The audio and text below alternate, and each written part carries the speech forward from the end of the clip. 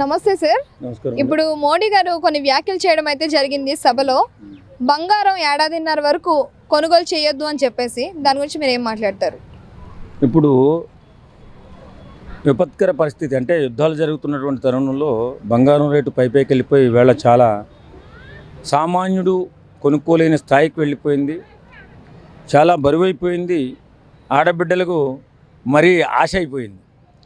ఇక బంగారం కొనుక్కోలేమా అనేటటువంటి ఆలోచనలోకి వెళ్ళిపోయిన పరిస్థితిలో దేశ ప్రధానిగా ఒక గొప్ప వ్యక్తిత్వం గల వ్యక్తిగా ఆయన కొన్ని సూచనలు చేశారు. మనం అన్ని విషయాల్లో చాలా జాగ్రత్తగా ఉండాలి, ఆర్థిక పరంగా జాగ్రత్తగా ఉండాలి. ఇప్పుడు బంగారం కొనే కంటే కూడా ఒక సంవత్సరం పోతే ప్రపంచ స్థితిగతులు చక్కబడతాయి, ఖచ్చితంగా మనకి ఆరోగ్యకరమైన వాతావరణం వస్తుంది, బంగారం రేటు తగ్గుతుంది. అప్పుడు అందరూ కూడా కొనుక్కోవాలి.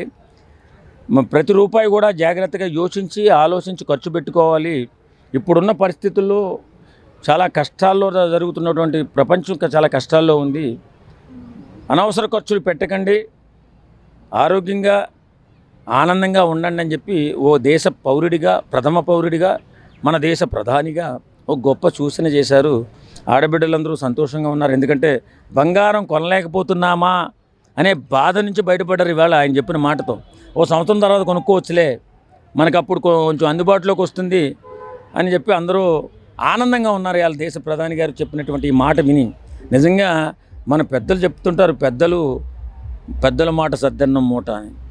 ఒక పెద్దగా మనకి చెప్పినటువంటి ఈ మాట మన భవిష్యత్తు, మన బిడ్డల భవిష్యత్తు అద్భుతంగా ఉండాలని ఆలోచించి చెప్పినటువంటి 4 మాటలు మన ఇండియాని ఒక అద్భుతమైన ప్రగతిలోకి తీసుకెళ్లేటటువంటి మాటలు. అందరూ ఆచరించాలి. ఆ రకంగా ఎప్పుడూ కూడా మనం పెద్దల వెంటే ఉండాలి, నరేంద్ర మోడీ గారి వెంటే ఉండాలి. ఖచ్చితంగా భారతదేశ గౌరవము, ప్రతిష్ట, ధైర్యము వేళ మోడీ గారు వచ్చిన తర్వాత అద్భుతంగా పెరిగాయి. ప్రపంచ దేశాల్లోకెల్లా అద్భుతమైన సాంప్రదాయ దేశంగా, సంస్కారవంతమైన దేశంగా, దృఢమైన దేశంగా వేళ నిలబడడానికి కారణం మోడీ గారు అని చెప్పి ఈ సందర్భంగా తెలియజేయడం జరుగుతుంది. అంటే ఇప్పుడు గోల్డ్ షాపులు ఉన్న యజమానుల పరిస్థితి ఏంటంటారు? మూసివేయాలంటారా? మరి కొనుక్కునే వాళ్ళు, ఆర్థిక పరిస్థితి బాగున్న వాళ్ళు కొనుక్కుంటారమ్మా. ఇక్కడ మధ్యతరగతి, దిగువ తరగతి, పేద వర్గాల గురించి మోడీ గారు చెప్పారు. ఉన్నత వర్గాలు, సంపాదన పరులు, డబ్బు ఉన్నవాళ్ళు కొనొద్దని చెప్పలే.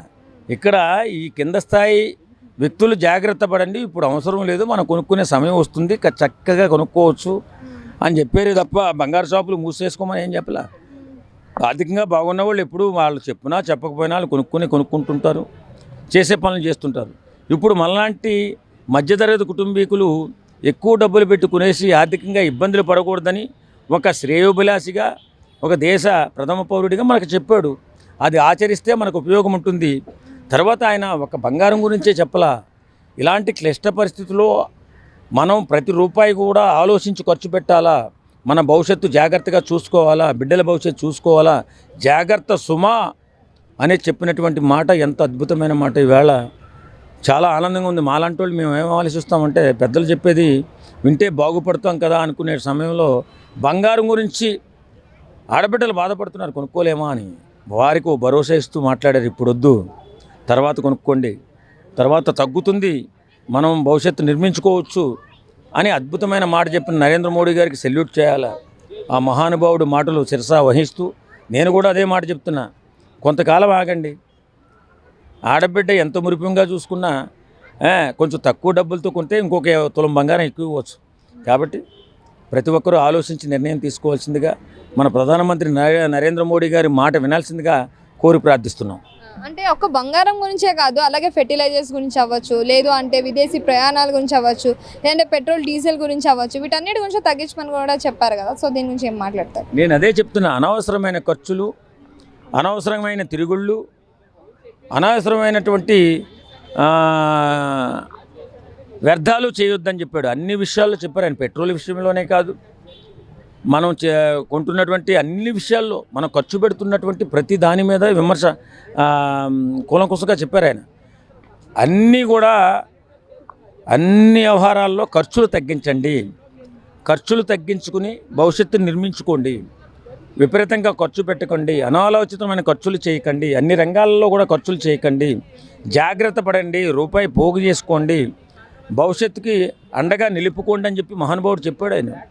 అంతే తప్ప పెట్రోల్ అనే కాదు, ఇవన్నీ ఖర్చులు ఇక మన మన దైనందిన జీవితంలో చేస్తున్నటువంటి అన్ని ఖర్చుల్ని కూడా జాగ్రత్త వహించాలని చెప్పిన మహానుభావుడు ఈవేళ మన దేశ ప్రధాని శ్రీ నరేంద్ర మోడీ గారు. అలాంటి గొప్ప వ్యక్తుల మాటలు మనం వినాలి, ఆచరించాలి, మన జీవితాన్ని సుగమం చేసుకోవాలని చెప్పి మనస్ఫూర్తిగా కోరుకుందాం. అంటే కొంతమంది నెగిటివ్గా కూడా మాట్లాడుతున్నారు. ఏంటి అంటే నిన్న మోదీ గారు ఎందుకు హైదరాబాద్ వచ్చారు, అలాంటప్పుడు ఢిల్లీ అంటే అక్కడ నుంచే సభలు అది ఏర్పాటు చేయొచ్చు కదా, రిమోట్ నొక్కితే అయిపోతుంది కదా, ఇక్కడికి వచ్చి ఇవన్నీ ఇప్పుడు పెట్రోల్ డీజిల్ ఖర్చులు అన్నప్పుడు అక్కడ నుంచి ఇక్కడికి ఎందుకు వచ్చారు, ఇది కూడా ఖర్చులే కదా, 1,00,000 మందిని ఎందుకు ఏర్పాటు చేశారు, సభ ఎందుకు పెట్టారని చెప్పి కూడా మాట్లాడుతారు. దాని గురించి మీరు ఏం చెప్తారు?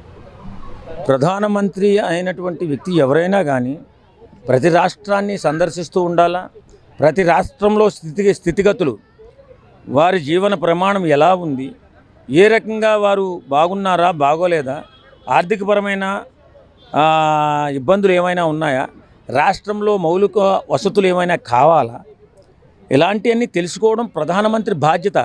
ఈ పనికిమాలోళ్ళ మాటలు మనం విన్నట్టయితే అలానే ఉంటుంది. ఇప్పుడు ఫోన్లోని లేకపోతే వాట్సాప్లోని మెసేజ్లు పెడితే అయిపోతుందా అమ్మ? బుద్ధి లేని గాడిదలు మాట్లాడని మనం మాట్లాడకూడదు. ఒక మన పెద్ద అయినప్పుడు 4 పిల్లలు ఉన్నప్పుడు ఆ పెద్ద 4 పిల్లలు నాలుగేళ్లకి వెళ్ళి వాళ్ళ బాగోగులు విచారించి వాళ్ళకి ఏమవసరమో ఎలాంటి ఇబ్బందులు తెలుసుకునే బాధ్యత ఇంటి పెద్దగా ఉంటుంది.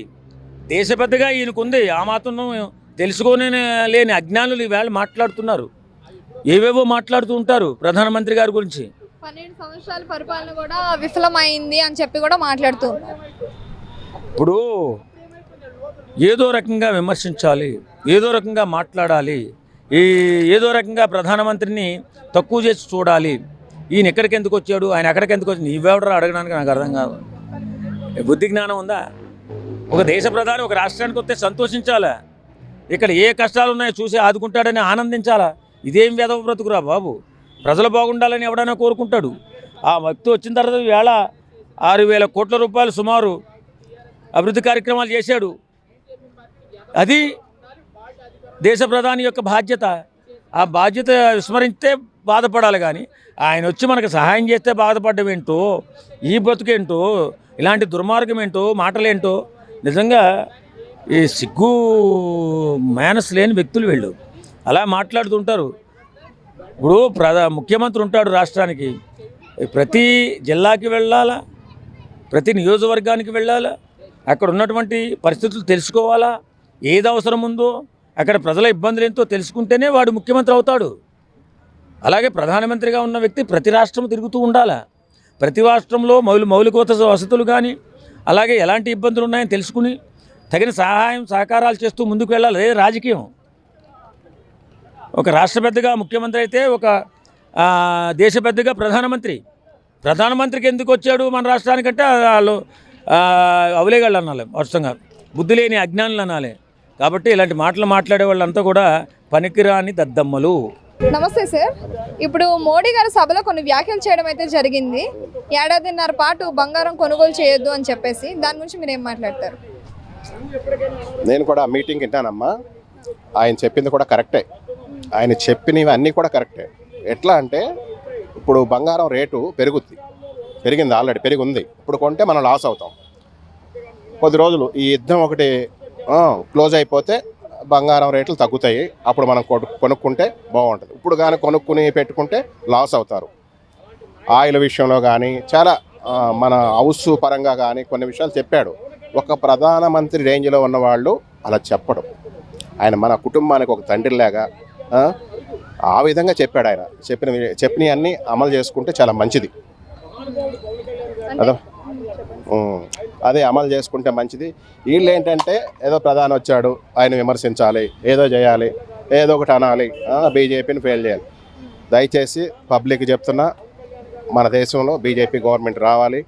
అలాగే మన తెలంగాణలో బీజేపీ గవర్నమెంట్ రావాలి. డబుల్ ఇంజిన్ సర్కార్ రావాలి. డెవలప్ అవుద్ది. ఎందుకంటే ఒకప్పుడు బ్రిటిష్ వాళ్ళు మన వాళ్ళని లక్షల మందిని చంపి నరికి ముక్కలు చేసి మన సంపదల్ని మన దేవాలయాల్ని కూల్చి మన వజ్ర బంగారాలు మనులు మాణిక్యాలతో సహా అన్నీ దోసుకెళ్ళిపోయారు. అలాగే మొఘల్ చక్రవర్తులు కూడా మన సామ్రాజ్యాలను కూల్చి నాశనం చేసి ఇలాగే అన్నీ దోసుకెళ్ళిపోయారు వాళ్ళు. ఇప్పుడు మన దేశం ఏంటంటే బీజేపీ వచ్చిన తర్వాత మన దేశానికి భారతదేశానికి ఒక విలువ వచ్చింది, ప్రపంచంలో ఒక గౌరవం వచ్చింది. ఎట్లా అంటే ఒక్కటి కాదు, ప్రతి దేశం కూడా మన దేశాన్ని అభిమానిస్తుంది. ప్రతి విదేశీయులు కూడా భారతదేశం అంటే ఒక మంచిది, ఒక మంచి మానవత్వం, నీతి నిజాయితీలు అభివృద్ధి చెందుతుంది. అలా మోడీ గారు వచ్చిన తర్వాత ఇంతకుముందు ఈ కాంగ్రెస్ గవర్నమెంట్లో ఎవడకాడే ఓటాలు వేసుకోవటం, దోసుకోవటం, ఇట్లా తింటం తప్ప దేశాన్ని బాగు చేద్దాము, దేశాన్ని అభివృద్ధి చేద్దాము ఇట్లాంటి ఉద్దేశమే లేదు. బీజేపీ ఏంటంటే ఇప్పుడు చాలా చాలా కార్యక్రమాలతో ఇవాళ ఏ రేంజ్లో ఉందంటే ప్రపంచంలో 2-3 స్థానాల్లో 4-5 స్థానాల్లో ఇటు ఇరాను మన దేశాన్ని పొగడుది, అటు అమెరికా మన దేశాన్ని పొగడుది. ఆ రేంజ్లో పవన్ కళ్యాణ్ గారు ఉన్నారు. ఆఫ్ఘనిస్తాన్ కానీ ఆఖరికి ముస్లిమ్స్ కంట్రీస్ కూడా మన టెంపుల్స్ కట్టి మన గోవులను పూజిస్తున్నారు. ఇక్కడ ఏంటంటే ఈ పాల్తు కాంగ్రెసు, పాల్తు కమ్యూనిస్టు, పాల్తు సెక్యులర్ గాళ్ళు, ఇంకా క్రిస్టియన్స్ అని ముస్లిమ్స్ అని వీళ్ళందరూ ఏం చేస్తున్నారంటే ఇక్కడ నానా కుంపట్లు పెట్టి మన దేశాన్ని నాశనం చేయాలి. వీళ్ళకి ఏమొస్తుంది? ఇప్పుడు వాళ్ళ పేర్లేమో హిందువుల పేర్లే ఉంటాయి, అర్థమైందా? వాళ్ళు హిందువులే అయ్యుండి కూడా ఈ యదవ రాజకీయ వాళ్ళ వ్యక్తిగత స్వార్థాల కోసం దేశాన్ని నానా ఇబ్బందులు పాలు చేస్తున్నారు. దయచేసి అవన్నీ అర్థం చేసుకోండి మీరు. దేశం ఇవాళ ఎంత అభివృద్ధి చెందుతుందో.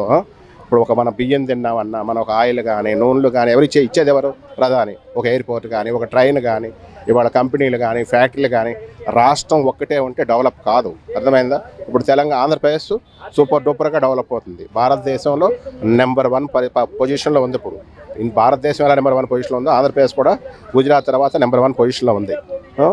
అదెందుకు? రేవంత్ రెడ్డి ఒకప్పుడు గుజరాత్లో మన్మోహన్ సింగ్ గారు మీకు ఎట్లా హెల్ప్ చేశారో మాకు మీరు కూడా హెల్ప్ చేయాలంటే అప్పుడు మన్మోహన్ సింగ్ గుజరాత్లో ఏమీ హెల్ప్ చేయలే. ఆయన చెప్పాడు, ఆయనలాగా నీకు హెల్ప్ చేయాలంటే నీకు 25% కూడా రాదు, నేను 100% నీకు ఇస్తాను, నేను చెప్పినట్టు వినమని చెప్పాడు.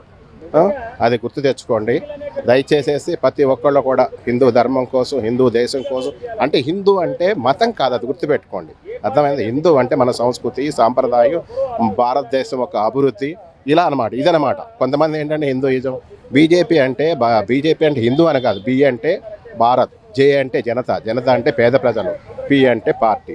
బీజేపీ భారతదేశం యొక్క ప్రజల పార్టీ అని అర్థం అనమాట. దయచేసి బీజేపీ రానున్న ఎలక్షన్లో బీజేపీని గెలిపించాలి, బీజేపీకి ఓటేయాలి, మోడీ గారిని మళ్ళీ ప్రధాని చేయాలి, మన భారతదేశాన్ని మనం రక్షించుకోవాలి. నేను ప్రత్యేకంగా కోరుకుంటున్నాను, ఎందుకంటే నాకు దీంట్లో నేను బీజేపీ కార్యకర్తను కాదు, ఇంకోటి కాదు.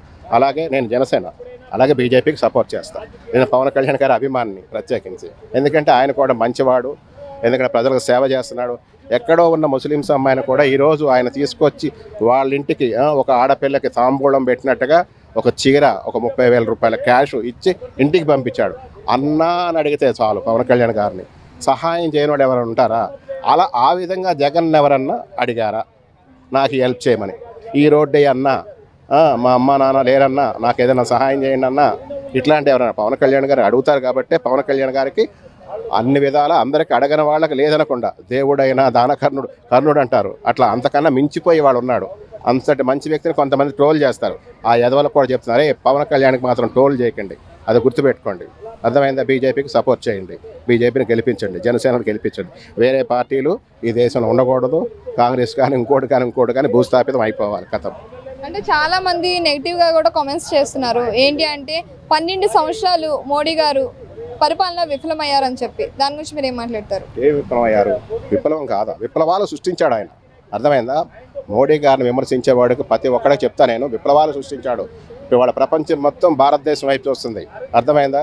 ఒకప్పుడు పాకిస్తాన్కి సపోర్ట్ చేశారు, వీళ్ళు మన దేశంలో ఉండి బంగ్లాదేశ్ విడిపోతే బంగ్లాదేశ్ సపోర్ట్ చేస్తారు, అర్థమైందా?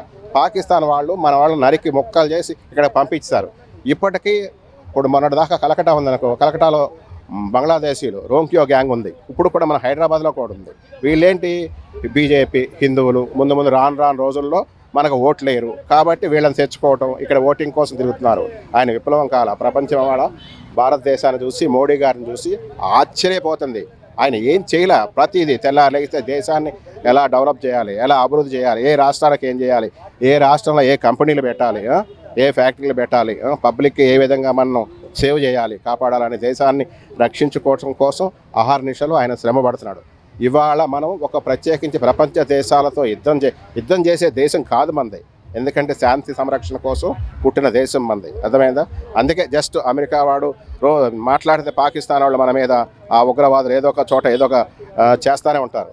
జస్ట్ 1 అవర్లో పాకిస్తాన్ గడగడలాడించారు వాళ్ళ దేశంలోకి వెళ్ళి, అర్థమైన దేశంలోకి వెళ్ళి వాళ్ళ దేశంలో మెయిన్ స్థావరాలన్నీ మట్టి కరిపేశారు. దెబ్బకి ఇక్కడున్న వాళ్ళకు కూడా ప్రపంచంలో ఉన్న వాళ్ళకు కూడా వణుకు పుట్టింది భారతదేశం అంటే ఏంటో. ప్లీజ్ దయచేసి అర్థమైందా, బీజేపీకి ఓటేయండి, మోడీ గారిని ఎన్నుకుందాం. అలాగే మనకి ఇక్కడ రానున్న రోజుల్లో బండి సంజయ్ గారు లాంటి నాయకుడు కావాలి. అట్లాంటి నాయకుడు వస్తే ఈ తెలంగాణ కూడా అభివృద్ధి చెందుతుంది, తెలంగాణ రాష్ట్రం అభివృద్ధి చెందుతుంది. నేను పదే చెప్పను, అర్థం చేసుకోండి మీ గుండెలు సాక్షిగా. ఎందుకంటే బ్రిటిష్ వాడు వచ్చాడు, ఇక్కడ బ్రిటిష్ పరిపాలన అంటగట్టిపోయాడు. మొఘల్ చక్రవర్తులు వచ్చారు, వాళ్ళ పరిపాలన అండకట్టిపోయారు. వాళ్ళ నుంచి మోడీ గారు మన దేశాన్ని మనని రక్షించడం కోసం ఆహార నిశలు కష్టపడుతున్నారు. దయచేసి జై భారత్, జై హింద్, జై బీజేపీ, జై జనసేన. మోడీ గారి నాయకత్వం వర్ధిల్లాలి, పవన్ కళ్యాణ్ గారి నాయకత్వం వర్ధిల్లాలి.